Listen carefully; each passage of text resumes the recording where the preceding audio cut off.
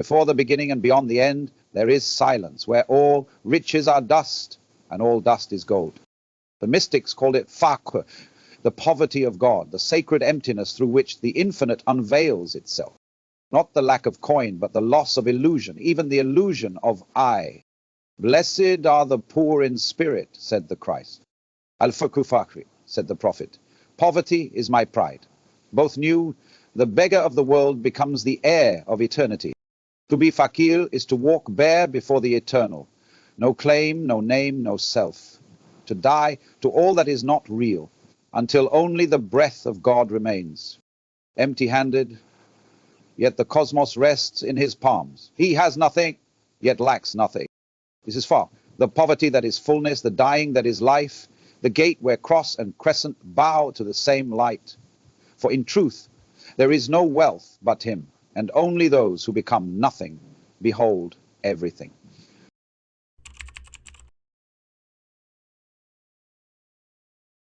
There is a poverty that wounds, and a poverty that awakens. The first empties the hands, the second empties the heart. Faqr, in its truest meaning, is not about lacking.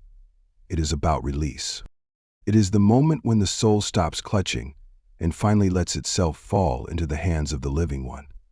In the world of forms, we call ourselves rich by what we possess, our titles, our memories, our knowledge, our faith.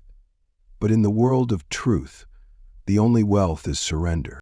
The Sufis said, "He who owns nothing is owned by God." And the scripture whispers, "The earth is the Lord's, and all that is in it." To be Faqir is to walk as a shadow of that truth. To live knowing that nothing truly belongs to you. Not your breath, not your body, not even your tears. Everything that passes through you was lent by the infinite, so that you may learn how to return it in gratitude. Faqr is the sacred undoing of self-possession. The Faqir does not say, "I have nothing." He says, "There is nothing but him." He does not curse his emptiness. He recognizes it as the open space where God can enter. The mystics said that the heart is like a cup. When it is filled with self, there is no room for wine. But when it is emptied, even the silence tastes divine. This is the secret the world calls loss, but the saints call love. For the real does not pour itself into the full, only into the hollow. Ibn Arabi taught, Faqr is not the absence of things, but the absence of claim. It is the end of saying mine, not because you have lost it, but because you have finally seen who the true owner is. The Faqir's heart is a window, not a wall, a mirror that reflects, not a vessel that stores. In this poverty, there is no humiliation, there is freedom. The chains of having and becoming fall away. The Faqir is not weighed down by what he owns, nor by what he fears to lose. He walks in the naked light of dependence, where every step is guided, every breath is borrowed, every moment is grace. To the unawakened, Faqr looks like nothingness, a void, a failure. But to the mystic, it is the beginning of sight. For when the false I dissolves, the divine I am is revealed. The beggar becomes a king, not by acquisition, but by annihilation. As the Christ said, foxes have holes and birds have nests, but the Son of Man has nowhere to lay his head. The heart that belongs nowhere belongs everywhere. Faqr is not the end of the journey, it is the clearing of the path. When the heart is emptied of desire, the light finds its dwelling. When the vessel of identity is broken, the wine of the real overflows. The Faqir stands at the edge of nothingness and smiles, for he has finally found the gate through which the infinite enters. The poverty of the heart is not despair, it is invitation. It is not weakness, it is transparency. To be poor in spirit is to become clear enough for the divine face to shine through you. You no longer live for God. You live as the space where God breathes. Every loss becomes a revelation, every ache a prayer, every silence a word spoken by eternity. The world teaches you to gather, to build, to name, to own. But Faqr teaches you to let go, to unlearn, until there is no you left to protect. Then, what remains is not absence, but presence. Not emptiness, but light. Not poverty, but the infinite wealth of the One. When everything you thought you were is taken away, and still you are, that is Faqr. The world trembles at emptiness, for it confuses it with death. But to the mystic, emptiness is not death, it is birth. It is the first breath after drowning, the light after the last surrender. It is the moment you realize the hollow space within you is not absence. It is the throne of the eternal. In the path of Faqr, you do not seek joy. Joy seeks you. It comes quietly, not as excitement, but as peace beyond words. A sweetness that has no opposite. It is the bliss of nothing to lose, the freedom of nothing to defend. When you no longer say, I am this, or I am that, you become vast enough to say nothing. And in that nothing, you hear the whisper of the One.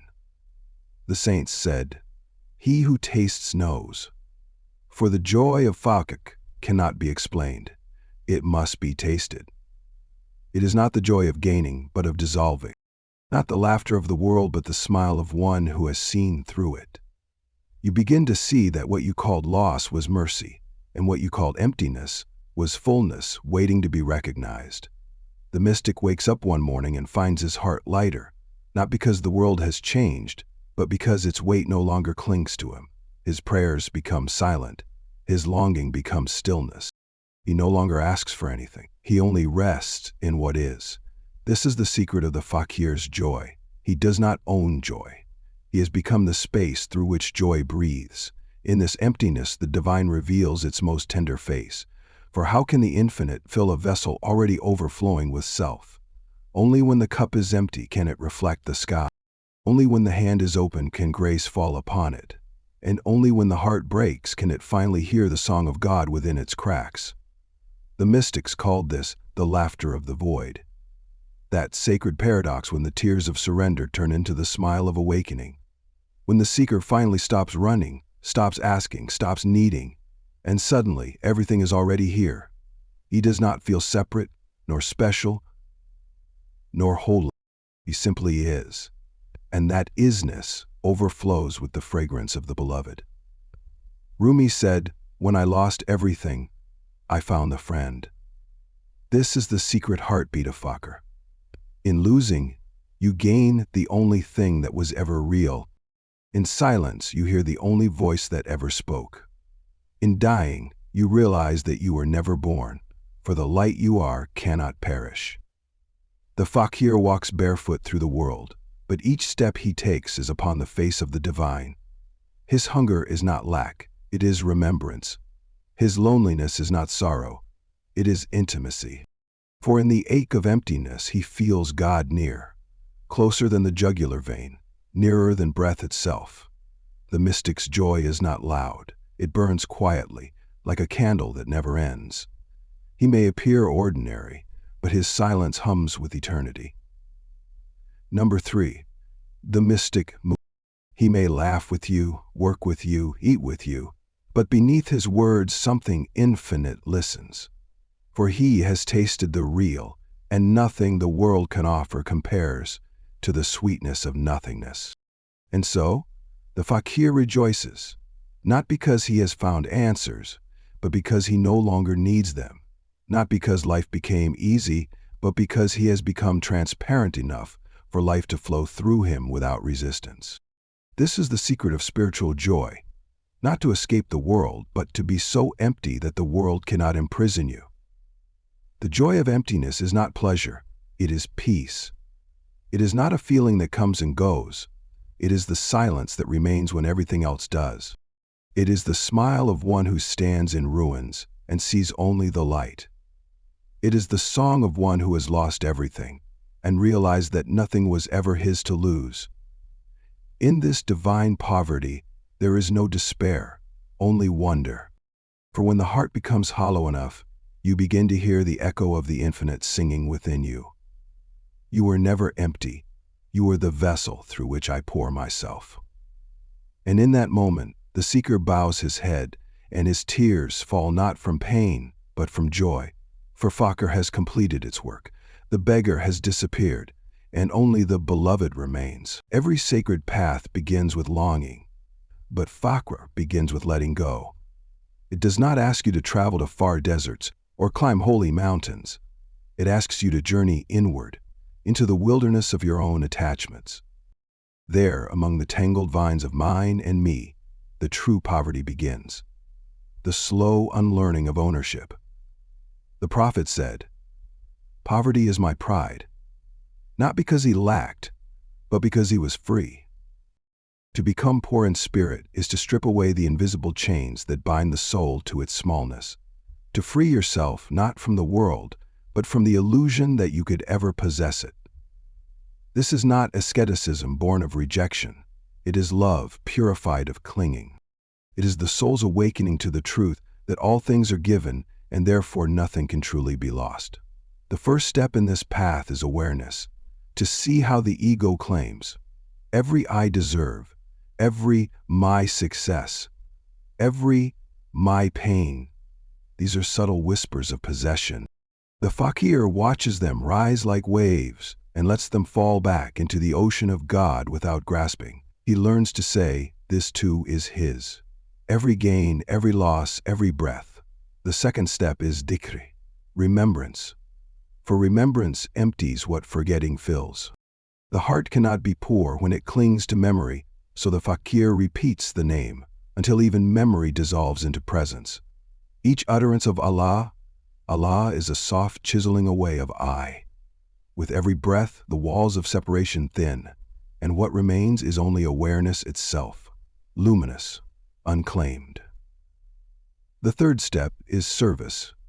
To give without the shadow of giver or gift. The Faqir serves not to be virtuous, but because he no longer knows how not to. In washing the feet of the weary, he remembers that the hands that serve and the hands that are washed are the same. He gives because he recognizes the richest has always been giving through him, and in this recognition he disappears into the generosity of the One. The fourth step is silence. For the one who truly walks Faqr speaks less, listens more. He realizes that much of what we call speaking is just the ego trying not to die.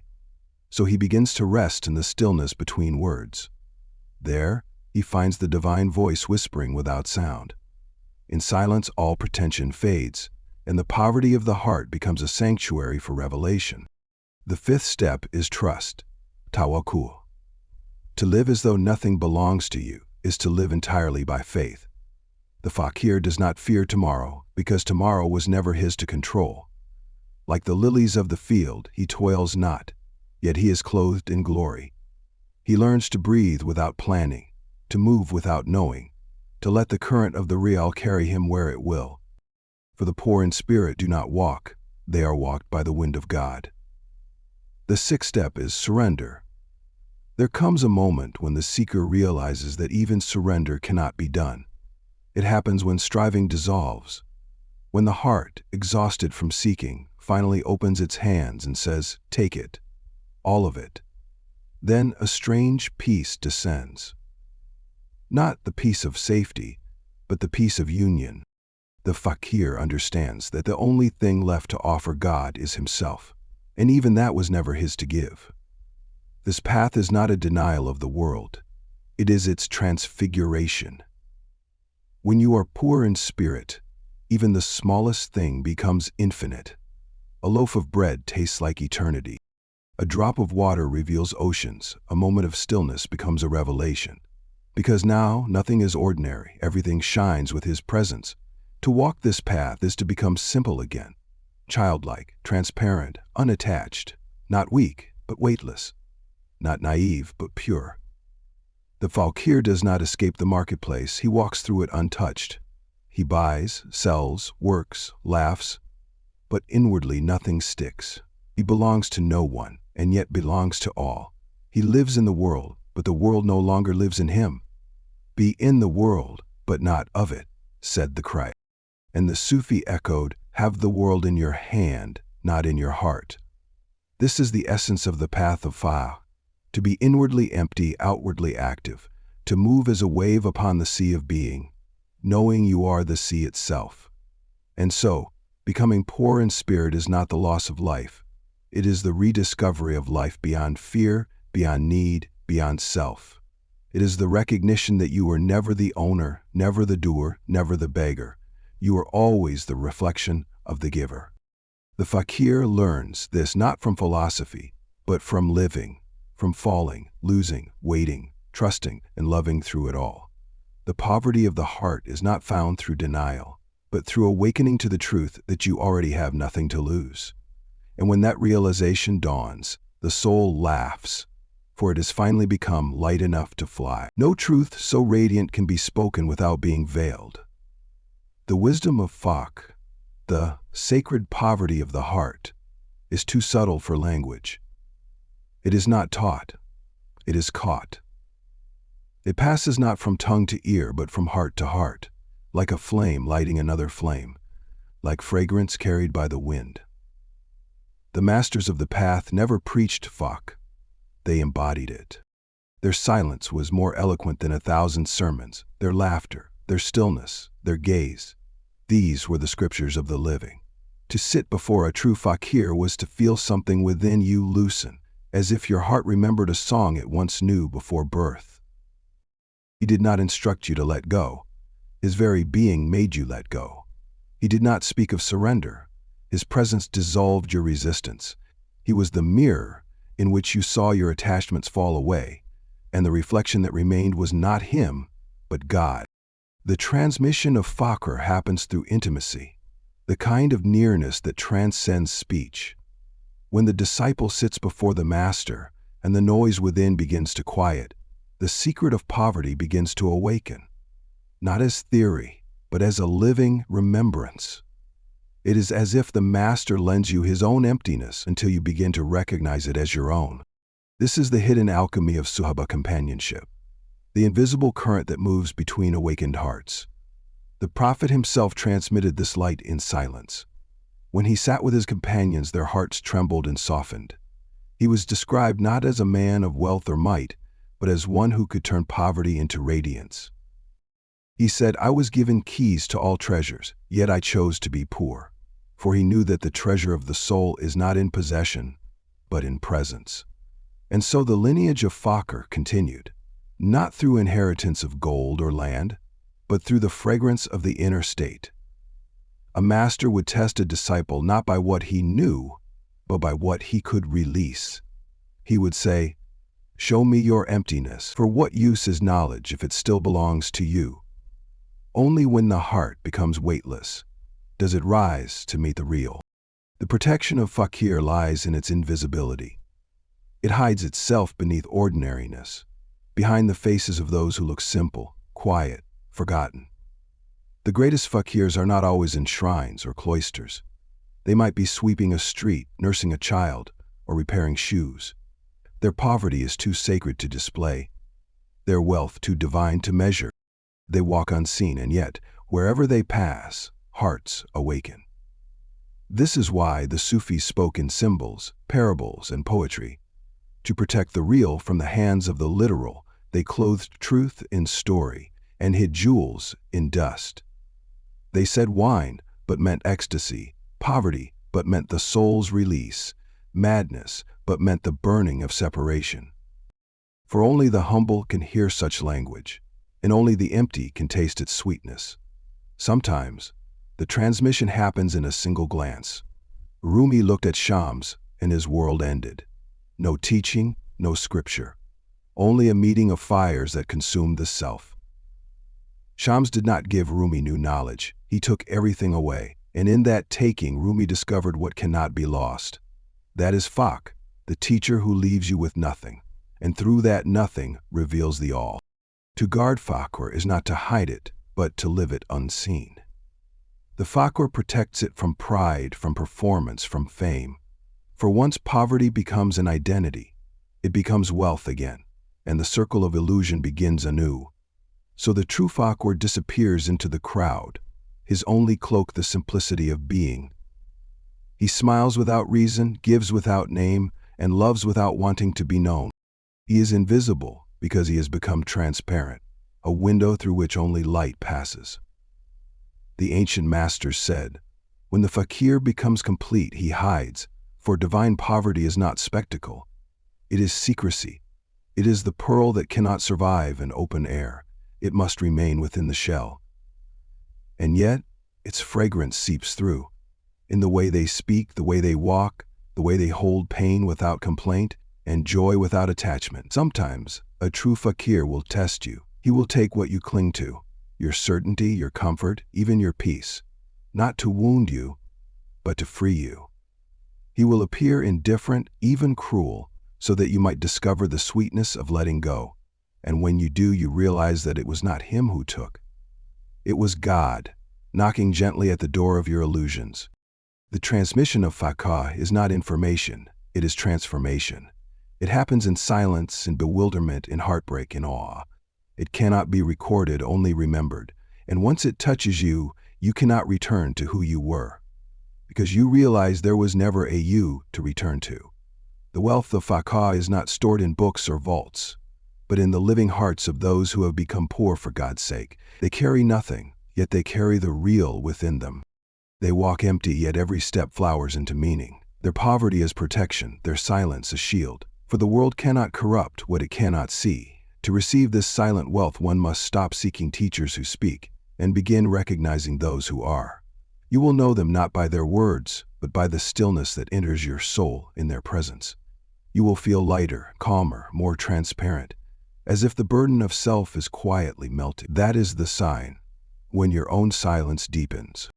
In the end, Faqr is its own guardian. The moment someone tries to own it, it vanishes. The moment someone tries to define it, it slips through the fingers.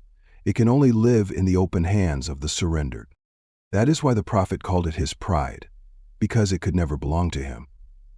Faqr is the divine paradox, a treasure that multiplies when given, a wealth that deepens in silence, a light that shines brightest in the unseen, and the one who carries it becomes a living secret, the silent wealth through which the giver continues to give. Why would God ask you to lose everything? Why would the infinite strip you bare, leave you hollow, take away even the comfort of certainty? The answer is not cruelty, it is love. A love so vast it must first destroy what you mistake for yourself.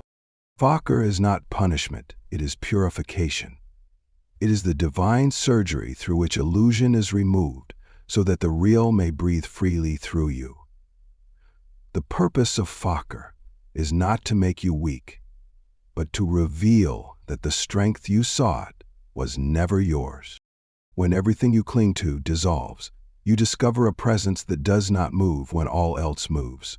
That presence is Al-Ghani, the rich, the self-sufficient, and when the Fakir vanishes, only the rich one remains. The mystics said, "He who knows his poverty knows his Lord." For true knowledge is not found in abundance, but in need. You do not meet God by reaching upward, but by descending inward, into the cavern where all ownership ends. In that inner death, a strange light dawns.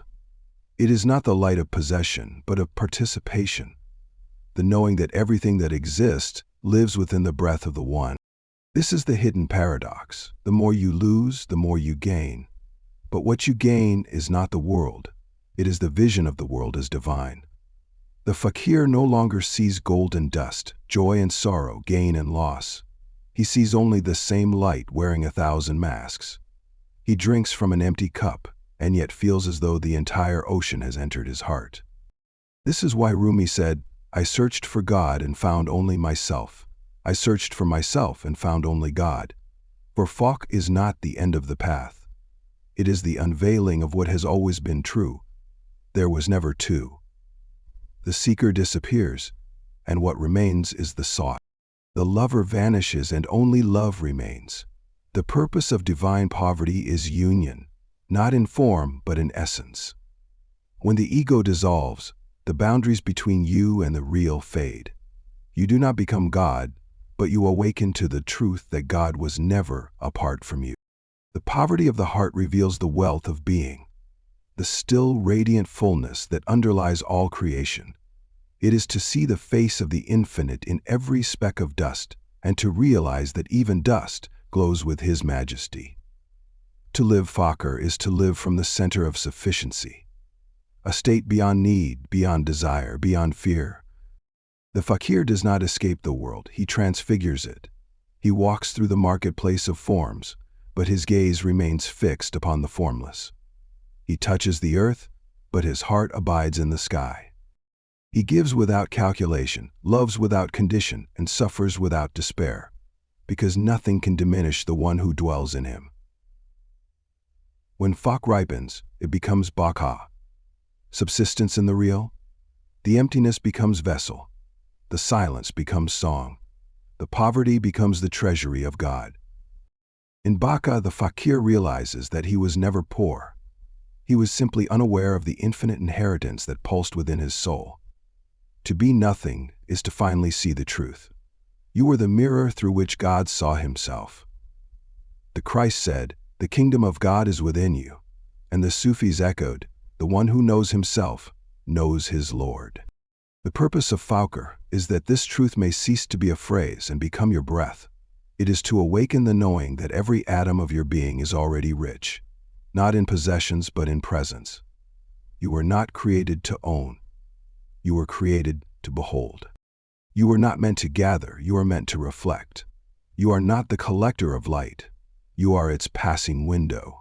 And in that realization, the fakir's tears turn to laughter, for he sees that what he thought was loss was only unveiling. The treasures of the soul were never buried elsewhere. They were hidden beneath the weight of I. When I is gone, the vault opens, and what spills out is love, clarity, and boundless peace. The fakir no longer asks, "Why was this taken from me?" Instead, he whispers, "Thank you for taking me away from what I am not." He no longer says, "I am poor, but I am rich with nothing." And the divine responds, "You were never other than my richness. You are the place where I reveal myself." Thus, Faqr is not about deprivation. It is divine redistribution. What once belonged to you returns to the whole. Your desires become his desires. Your will becomes his will. Your breath becomes his breath. And in this oneness, you realize there is no giver, no receiver, no gift, only the endless movement of love pouring into itself through the vessel of the heart. This is the final secret. Poverty is not emptiness, it is transparency. The fakir becomes like clear glass, invisible, yet luminous, letting the light pass unbroken. Nothing sticks to him, neither praise nor blame, neither joy nor sorrow, for he has become the window through which God beholds God. The purpose of fakir is to return you to your original poverty, the state of pure dependence that is not weakness but wonder. The first poverty of the infant, whose every breath is trust, the sacred vulnerability through which the universe was born. That is why the mystics wept not out of grief, but out of gratitude. They knew that the greatest wealth is to be nothing, for only the nothing can contain the infinite. When you finally reach that still point, when all your stories end and only silence remains, you will understand the purpose of Faqr. It was never about giving up the world. It was about remembering that the world was never separate from God. And in that remembrance, the poor become kings, and the kings fall at their feet. For the true wealth of the fakir cannot be measured, it can only be lived. In the end, there is a silence that no prayer can fill, a stillness so complete that even longing bows before it. This is the final poverty, when the seeker no longer seeks, when the lover vanishes into the beloved, when the beggar realizes that the hands he extended were already God's. Every journey ends where it began, in the breath of the living one. But now you breathe differently. You have tasted emptiness and found it sweet. You have walked barefoot through the desert of letting go and discovered that the sand beneath your feet was made of light. This is what the mystics meant when they said, to die before you die. For what dies is not you. It is the weight that kept you from flying. The final poverty is not sadness, it is serenity. It is the holy stillness of one who has stopped asking why. You no longer bargain with God, you belong to Him. You no longer chase signs or proofs, you have become the proof. You are the echo of His generosity, the reflection of His breath, the silence in which He speaks Himself into being. This is the mystery of Faqr. You thought you were losing yourself, but you were only being returned. The hand you once held out to the heavens now rests upon your heart, for you have realized the two were never apart. He was the hunger and the bread, the thirst and the spring, the seeker and the sought, the wound and the healing, the poverty and the richness that followed. And now, having been emptied, you see the world differently. You look at the faces of others and recognize the same hidden flame. You hear the laughter of children and realize, this too is prayer. You feel the wind move through the trees, and you sense the same breath that animates your chest. Everything speaks of him now, because nothing stands between the seeing and the seen. This is not enlightenment. It is intimacy. The kind that needs no name, no proof, no end. The final poverty leaves you luminous. You give without thinking, for the giver flows through you like light through glass. You love without trying, for love has become the air you breathe. And in that stillness, you finally understand that to be poor in spirit is to be infinitely rich, because you have nothing left to protect, and therefore everything left to give. In the Gospel it is written, "Blessed are the poor in spirit, for theirs is the kingdom of heaven." And the prophet echoed, "The Faqr is the friend of God." Two rivers carrying the same current, two mirrors reflecting the same boundless sky. For in the language of the mystics, heaven is not a place. It is a state of being so emptied of I that only the divine remains. The saints said that when a soul reaches this stage, God speaks to it without words. He says, "You are my secret, and my secret is you. You are never apart from me. You are the space through which I made myself known." And the soul, too poor to speak, can only bow, its silence shining brighter than any song. This is the final poverty, not the end of the road, but the end of the illusion of roads. The moment when the map fades and only the horizon remains, infinite, golden, alive. You no longer travel toward God, you travel as God's unfolding. You no longer worship the light, you are the lamp through which it burns. There is no you left to save, only the echo of love calling itself by your name. And so, beloved soul, if this journey has stirred something within you, if the flame of remembrance flickers behind your ribs, do not let it fade. Guard it as the masters guarded Faqr, in silence, in simplicity, in surrender. Let it change how you breathe, how you see, how you love. Let it strip away what is false, until only the real remains. And if these words have touched your heart, if they have reminded you of something ancient and familiar within you, share this light. Let another heart remember what it once knew. Like, comment, and subscribe to Inner Alchemy, not for the sake of numbers or names, but to keep this current of remembrance alive. For the world does not need more noise, it needs hearts that remember the silence behind it all. In the end, the Faqr smiles. He has nothing left, and therefore, he has become the richest being alive. For his wealth is not gold, but the unbroken presence that moves through everything. He walks through life barefoot, light, and free, a beggar carrying infinity in his chest. And through him, the divine whispers once more, "Blessed are the poor, for they have found the treasure no thief can touch, the poverty that reveals the infinite."